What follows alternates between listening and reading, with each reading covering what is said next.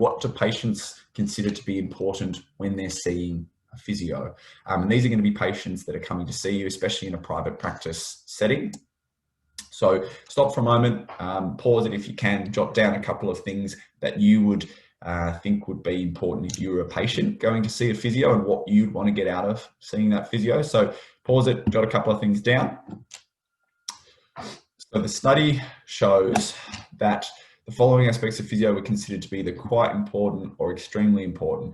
And look, more than half of the patients found a diagnosis to be important.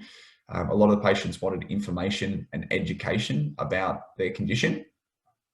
A high percentage wanted pain relief, improved function, and prevention of the injury down the track. So these are important things to consider. Patients coming to see you are going to want these things from the session or their management with you. Another thing that I think is important to consider is what stops the patient following your instructions, what stops them adhering to physiotherapy. So if we look through, a study found that there was strong evidence that poor treatment adherence was associated with the following factors. And this included if the patient had low physical activity levels, if the patient had poor adherence with their rehabilitation exercises, if a patient had poor self-efficacy or low belief in their ability to succeed in a situation, poor mental health affects patient adherence.